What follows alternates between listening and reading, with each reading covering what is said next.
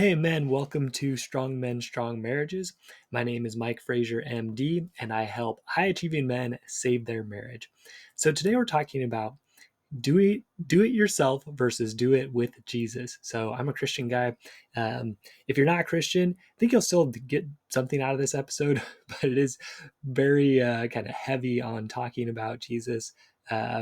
So even if you're not Christian, maybe at the end of this you'll rethink that a little bit. But there's a lot of good things that Christianity teaches, and I think you'll enjoy this episode either way. But if you're Christian, you'll definitely enjoy it. So the strongman system, what it's about becoming a better man, a stronger man across different areas. So that's spiritual strength, which is about your value as a person, your self-worth, your self-esteem, your mission and your purpose, as well as integrity. Your mental strength, your ability to manage your thoughts in a productive way. Your emotional strength, your ability to name your emotions, feel them, and deal with them in an appropriate way, and also care for yourself emotionally. Physical strength, taking care of your body. Sexual strength, approaching sex in a way that is consistent with who you want to be and the type of man and husband you want to be. So we incorporate a bunch of different tools to build strength across these areas. This is the best tools that I've been able to find through my experience as a marriage coach, as a psychiatrist, doing therapy, learning different therapy modalities, kind of combine all of that into what I think is the best way to do this. And we understand that as we practice these different things, we get better, right? Especially with managing mental, emotional strength, just like with the physical strength. The more you, for example, do push-ups, the better you get at them. If you just do one, you're probably not going to get that good. It takes practice, takes repetition to get better at things. So that's a big part of it, right? Learning the tools and then practicing them over and over. And the truth is we can accomplish a lot just by learning these tools and skills. But what I am really learning and understanding lately is we can accomplish a lot more if we can plug into Jesus, if we can plug into his power and strength and authority to do these things. So in John chapter 15, verses 1 through 5, Jesus says, I am the true vine. Remain in me, and I will remain in you. No branch can bear fruit by itself. It must remain in the vine. Neither can you bear fruit unless you remain in me. I am the vine, you are the branches. If a man remains in me and I in him, he will bear much fruit. Apart from me, you can do nothing. So, to me, the fruit that he's talking about here is good works. And in our context here, talking about marriage, the good works that we do in our family, right? How we behave towards our wife, how we think and feel towards her, how we behave and act towards our kids, how we think and feel and act towards them. Okay. So when we're trying to do it on our own, right, we really can produce some good fruit, right? We can make some positive changes. We can, get tuned into our self-worth. We can manage our emotions better. We can get better control of our temper, right? We can do all these things, but eventually we get kind of tired of it, right? Like, especially if we're not seeing anything good come back. We're being kind, but our wife's being rude. We're making the changes that we talked about in the program, but our wife still wants a divorce, right? Or still doesn't want anything to do with this. We set a boundary, it doesn't go the way that we were hoping. Our wife walks away instead of turning towards us. It's hard, right? So eventually we need some kind of like nourishment. We're producing these good fruits, but where's our nourishment coming from? If we're that branch, are we attached to that vine or not? Because if we're not, we can kind of produce that fruit, but eventually we get sick of it, right? And then we get mad, like, hey, I'm doing all this for you. I'm cooking and cleaning, doing all this, but we're not having sex still. You get mad. Or, look, I've made all these changes. Why can't you see it? Or you're taking advantage of me financially, right? While I'm trying to do better, you're not doing anything. We get mad, right? Because we're not getting that nourishment. Or we go into that mosquito mode, right? Is what I call it, when we're doing these nice things but expecting something back, because we do need nourishment, right? We do need to be fed spiritually, mentally, emotionally, physically, sexually, right? All of that we need to get fed somehow. And so when we're trying to get it from our wife, it doesn't quite work. And so we try to get it, we don't get it, we get mad, or we give up. Okay. We wither on the vine, our fruits dry up, right? All of this happens. We don't have an infinite source of goodness and energy within us. We just don't. None of us do. Okay. And we can marshal that, right? We can sometimes say, okay, like I can do it. I can do what's right. I can, be that good, strong guy that I want to be. Okay. And that does help 100%. But again, it's limited, right? We don't have an infinite source within us. But the thing is, Jesus does. Okay. Jesus does have that infinite source. So he's the true vine. So the question is, like, hopefully you can kind of imagine that, true. This is like a grapevine that he's talking about. And so, there's the vine, there's a big vine, and then there's branches that shoot off of that, and off those branches come the grapes. Okay. So if we're doing it on our own, we're just a branch, right? By ourselves, it's not going to grow anything. Okay. It's going to grow weird fruit if it can grow anything. But if we plug into that vine, right, now we've got that nourishment coming through us. Now we've got that ability to produce good fruit. It's basically unlimited, right? As long as we're plugged into the vine, we kind of are getting rid of anything that might be blocking the vine from getting to us. Okay. So that's what this is talking about. So then how do we do it, right? How do we plug into that vine so that we get more and better fruit than we could produce on our own? Okay. So to me, probably the biggest and most important area of this is this area of self-worth. Okay. A lot of the guys that I talk to, they struggle with this. Okay. I struggled with it for a long time. And it's not that I 100% of the time feel awesome. Like I'm still learning how to plug into this better too. But guys struggle, right? And we set these big goals and we get these big things and we make all this money and we, get married or wear nice clothes or whatever in this quest to sort of feel good enough finally. Um, but it doesn't last. I think we've all experienced that. We get that goal and we don't feel as worthy as we thought we would, right? So to me, probably the biggest way to really plug into this vine, right? Plug into this sense of self-worth through Jesus is understanding how God and Jesus see you. So first of all, you got to understand that God sent his son to die for you. So think about that for a minute. If you have a son, consider, like, how much would you have to care about somebody else to have your son actually die for them? I was at church one time, and this girl was talking. She gave a cool example of this where she said, imagine that the world has some kind of disease that there's no real cure for it. A lot of people are dying, right? And the doctors run some tests on your son, right? It turns out your son, there's something in your son's blood that will cure this disease. Okay. So they're like, hey, great. And you ask your son, hey, would you give some blood for that? Sure. You're kind of okay with that. But then comes the bad news, right? Bad news is they're going to need all of your son's blood to save the world, right? So he'll have to die. Now it gets serious, right? Like, what are you going to do? Are you going to sacrifice your son for the world or not? Like for me, I don't think I could do it. I have 4 sons. I wouldn't do that to any of them. So imagine how much love has to be there to say, okay, like I love the world, these people that I don't even know enough to have my own son die. That's extreme, right? That's how much God cares about you, that he's willing to do that. Not only did the son just die, like it's not like, like God just like killed his son, right? The son was willing to do that too, because he cared enough about you also to die for you, right? Now there's a happy ending to that story too. He resurrects so that we can also have that hope, right? And know that he's even more powerful, right? Because he died and now he's resurrected, he's even more powerful. But still, like, to have someone go through that, like for you to go through that for someone is one thing, but to have your son go through it for someone is even harder, right? But then we look at what Jesus did for you, right? So Jesus actually like went through hell and then died for you, right? And went through all the pains and suffering just so he could kind of get where you were coming from and understand you, right? So John 5:13 says, greater love has no one than this, that he laid down his life for his friends. And that's what Jesus did, right? We see these examples of people in the military who will like lay down on a grenade so that their friends don't die. That's great love. And that's the kind of love that Jesus has for you. He did that. He was willing to do that. Where I think this gets lost sometimes is we sort of think, okay, yeah, Jesus died for everybody or whatever, great.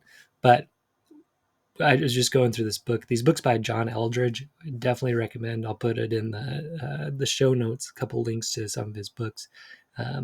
So really powerful for me to kind of understand Jesus better. But this idea that he would have done it even if it was just you. So there was a girl in his book that had this experience where, she kind of saw in her mind Jesus taking her to Gethsemane, Jesus taking her to the cross and just telling her, hey, like I would have done this even if it was just you. That's how personal it is. That's how much he cares about you. Okay. So this was your creator, right, that did this. So when you can plug into this is plugging into the vine, right, for your self-worth, saying, wow, like this is how much I'm loved. This is how much I matter, that an all-powerful being would sacrifice his son, and then that his son would sacrifice himself. That's how much they care, right? That's how much they care about me. Okay. So if you're not a Christian, you can kind of plug into this in other ways, but to me, like this is the most powerful. It's personal, like this is a brother, this is a son, this is a family member that did this for you. Okay. That's how much you matter. So when you can plug into that, you're like, wow, yeah, I do matter. I do matter very much. Okay. And then from there, you're plugged into that vine for self-worth. Okay. Now you can tune into how God's given you your unique gifts and talents to bless the lives of others, right? Especially your family. So you're like, okay, you're plugged into that vine. I have worth. Now, what's the fruit, right? How can I bring fruit to the world? Like, what's my unique branch going to contribute? People are going to like your fruit, right? They might like someone else might like the next branch's fruit, right? That's why there's more than one branch. So, you have unique strengths, personality traits. They're going to help the people around you. So then again, when you're plugged into that vine for your sense of self, then comes the desire to kind of help and bless others like you have been helped and blessed through God and Jesus. Okay. So the other thing that happens, right, is when you're plugged into serving God by serving others, you become a lot more free. Okay.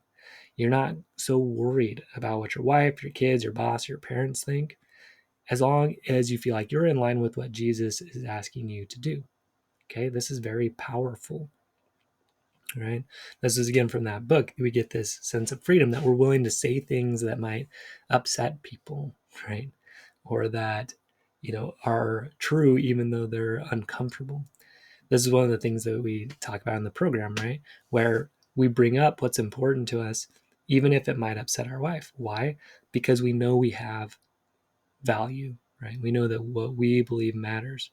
Sometimes it's the other way, right? We have to look at ourselves and say, whoa, wait a second, I'm being way too selfish. I'm not really considering the other side. I'm not going for love my neighbor as myself. I'm going for love myself more than my neighbor, right? Or the other thing happens, right? Where we love our neighbor, our wife more than ourselves. We're trying to find that balance. Okay. But when you're not trying to manage your sense of self-worth from your wife, okay, you're willing to say this. When you're plugged into that vine, you're saying, no, I'm doing this because it's right, because it's what Jesus would want. Okay. Then you're on good ground, right? And you can feel solid and steady and you're not as worried because your self-worth isn't going to, go to hell because someone didn't like what you said, right? You're plugged into God, you're plugged into heaven, you're plugged into Jesus because that's what you've decided to do, and you've decided to follow that first. Now look, of course there's going to be times when you fail, when you disconnect from that vine. Okay. The good news of the gospel, right? The good news of Jesus is that you can reconnect to that vine through forgiveness, right? Through God's forgiveness to you, through your forgiveness to yourself, for you forgiving other people, right? You need to do all those to reconnect. Even if your wife hurt you, right? Being able to forgive, right? Say, I'm not going to try to punish you for that. Okay, we're going to try to forgive, get through it. work towards something that works for both of us. Okay. So this is that idea again that we talked about recently. You're good enough as you are, and you can continue to do better, meaning you can give better fruit. Like the better your connection gets to that vine, the better that your connection gets to Jesus, the better your fruit is going to be, right? But look, you're already there. You're connected. The branch is there, right? So you're not trying to like finally prove, oh yeah, I'm good enough. No, you're just trying to connect to that vine. Okay. So with physical and sexual strength, there's not as much in the Bible about this, but like Jesus, he created our bodies. So the more we attach to Jesus, the healthier and stronger we could expect our bodies to be. And we want to follow proven medical advice about staying healthy. Sexuality in the Bible, though, it talks about knowing each other. It talks about sex. So when a man knows his wife, and that's important. It's important to think of it that way. It's this complete list of knowing and being known, showing who you are, knowing who your wife is, versus, using the other person for either just the physical gratification of sex, or the mental and emotional gratification, right? Where you have sex so you can finally feel like you matter, which again, you got to connect to that vine, that true vine, that true sense of self. So you're not trying to get it from other people. Okay. With mental strength, this is a big one where we can really connecting to that vine, connecting to God and Jesus can really help us a lot. Isaiah 55, 8-9 says, "For my thoughts are not your thoughts, neither are your ways my ways, declares the Lord," or declares Jesus. "As the heavens are higher than the earth, so are my ways higher than your ways, and my thoughts than your thoughts." Great scripture. And one of the big things we do, right, in the program is we see how the things we think and believe influence the way we feel, how we act, why we act that way, and the results that we get. So if we can plug into that vine and be getting those higher thoughts from Jesus, it's going to be huge, right? It can really influence how the rest of our life goes, how we feel, how we act, what we do, why we do it, and the results we get. So emotional strength is another big one where we can really get help and support from that vine. So the other thing too is like, how do we do this, right? So to me, getting the scriptures is a great way to do it. Learning about Jesus from either the scriptures themselves, authors that you resonate with. This John Eldredge is someone I'm really into right now and really enjoying his work. Um, um, other Christian type authors can help you kind of see and experience Jesus in a different way. The book Beautiful Outlaws, the one I just read by John Eldredge, really recommended trying to see Jesus across all areas of your life, right? Imagining he's there with you, seeing him in, the trees and your structure of your house, and that we have hot water, that we have air conditioning, like thanking Jesus for those things. Trying to access how he would act, right? But coming back to this idea of emotional strength. So Isaiah 53, 3-4 talks about Jesus. He says he was despised and abandoned or rejected by men, a man of great pain, or a man of sorrows, and familiar with grief, familiar with sickness. Okay? And like one from whom people hide their faces, he was despised. We had no regard for him. So this is a guy who knows what it's like to feel lonely, to feel hurt, okay, to feel alone. However, it was our sicknesses that he himself bore, and our pains that he carried, and by his wounds we are healed. So I've been talking more about, instead of just managing emotions, right, or dealing with them, really treating them kindly, letting them be there, supporting, talking to yourself in a kind way. But if we can plug into the vine, right, plug into Jesus, boy, that's when we're really going to get healed. If that branch, picture that grape, the grapevine, and then there's the branch coming off that's making the fruit. Imagine that branch gets kind of like nicked. The way it's going to heal is by that connection to the vine, by getting the nutrients and water and everything it needs to heal. Okay. So the more we can connect to Jesus in our times of emotional struggle, right, the better we're going to be able to heal. Like Jesus, he is the master healer. He went through all the terrible stuff we go through so he could understand how to help us and heal us. So coming to him when we are feeling sad, when we are feeling anxious, asking for his help to heal us, okay? That's how we can connect to that vine, right? And how we can have more emotional strength by sort of relying on him more, which is a paradox, but an important one, okay? So we can also allow ourselves to enjoy positive emotions more fully through him. Like, it's not just we have to go there when we're sad, like we can experience joy more fully and happiness more fully and love, probably the biggest one, love more fully as we connect to Jesus and feel his love for us, which we can then go out and share with other people. It's the biggest one. You can even understand the appropriate use of anger through him. The times Jesus got angry, it's basically just when people were, um, you know, being unjust to other people, when they were being hypocritical, right? Saying one thing, acting another way, basically leading people away from him, right? In the name of leading them towards him. That's what he really got upset about. Okay. So he didn't really get angry much. Even when people mistreated him and all of that. So, if you're mad at people all the time, you can understand you're not quite connected to the vine there, and you can get some help and direction. Jesus can help heal that. Oftentimes under anger, there's hurt and pain. So if we can access that and go to him to heal us, that's emotional strength, right? Connecting to that vine, getting that strength. All right, guys. So in summary, in the strongman system and in life overall, okay, you're going to be much better off. You're going to bear much more good fruit if you attach yourself to the true vine, if you attach yourself to Jesus. The more I read about it, the more I think it's more passive than we think. I think growing up, or the way I used to see it is, oh yeah, like Jesus is way up there and I'm trying to like climb this ladder to get to him. But I don't think it's like that. I don't think we have to force our attachment to Jesus. Like the vine and the branch is a good example. Like the branch doesn't just like run up by itself and like attach itself to a vine, right?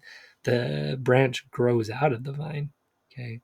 And the branch can like cut itself off, I guess, or it can kind of like we'll say it could decide to kind of fall off, but it's natural, right? It's natural for the branch to come off the vine.